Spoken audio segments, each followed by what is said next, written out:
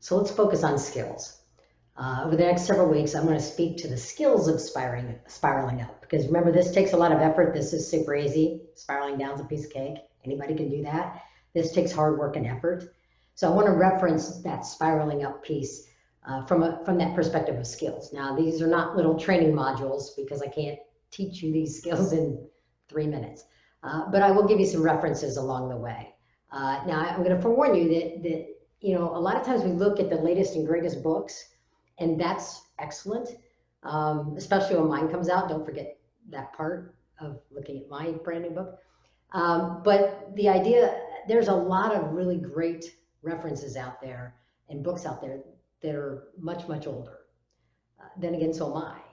I've been in this business over 30 years. Ouch.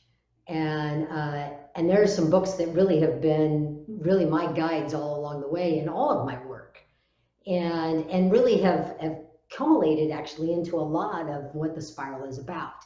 So let's start. Let me talk about what I said I was going to talk about last week, which is about along the lines of productive conflict. When we get to a decision as a group, that when we leave that meeting, when we leave that moment of decision is made, this is how we're going to move forward. And remember, there's always a lot of right decisions, and we're going to have to pick one. When we pick that one and we walk out of that room, everybody has to be 100% on board of making that solution work, or it won't. So we can't be in a meeting and go, and walk out of the meeting and go, no way.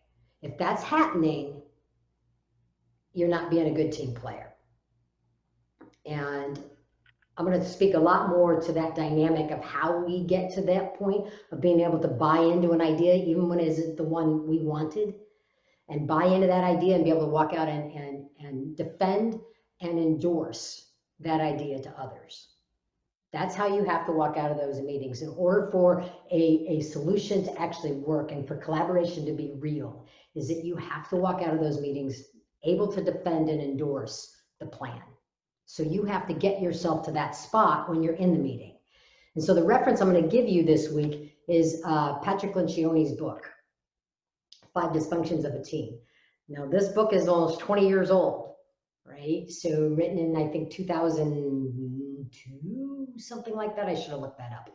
And it is an incredible reference when it comes to talking about productive conflict, right? He has another book called Death by Meeting.